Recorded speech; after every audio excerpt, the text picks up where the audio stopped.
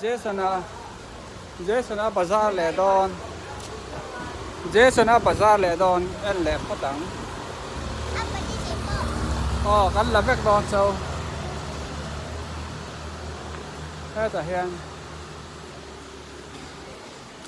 Jason he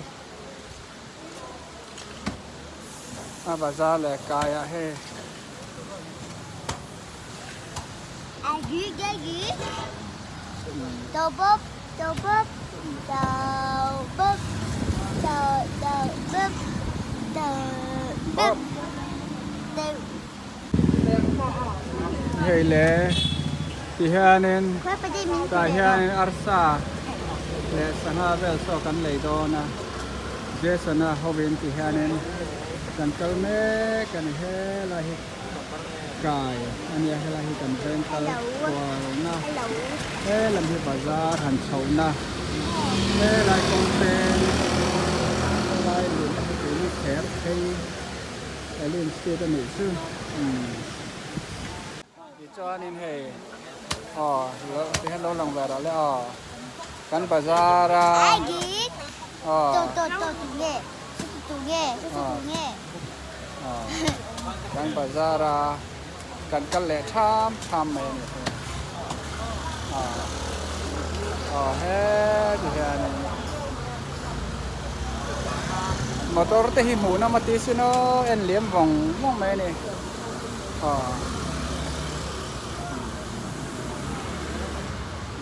เฮ้ดิฮะนี่เจสันแมนนี่มันพูดกันเลยอ่ะเฮ้เจสัน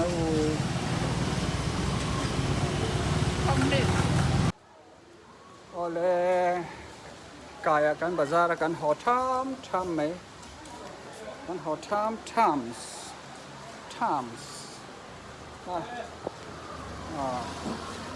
แต่ที่เห็นให้กัน starring แบบที่เนี่ยโค้งหันชัวแบบที่หนัวมันติดเพราะว่าโคตรไทยตัวมันไม่เนี่ยdung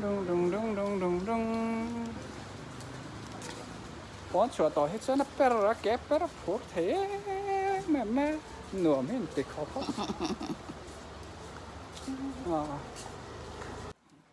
lẽ thì hiện căn phó căn step thà ta này căn cái lỗ là mà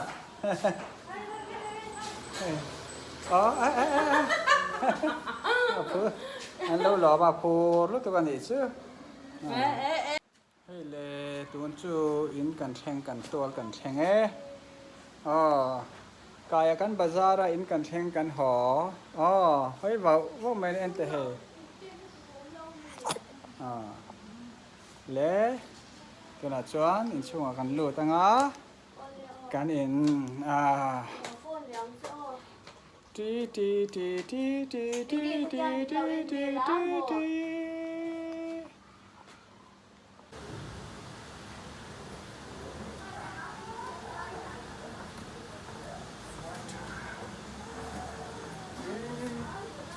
Iทำคนน้องแบบเราเนี่ยตาลาลาลาลาลา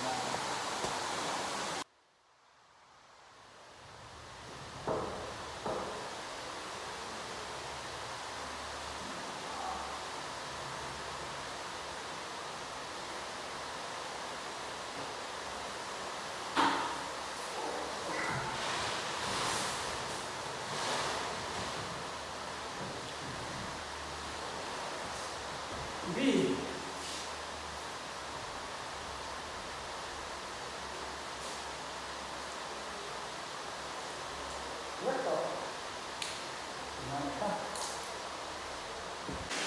le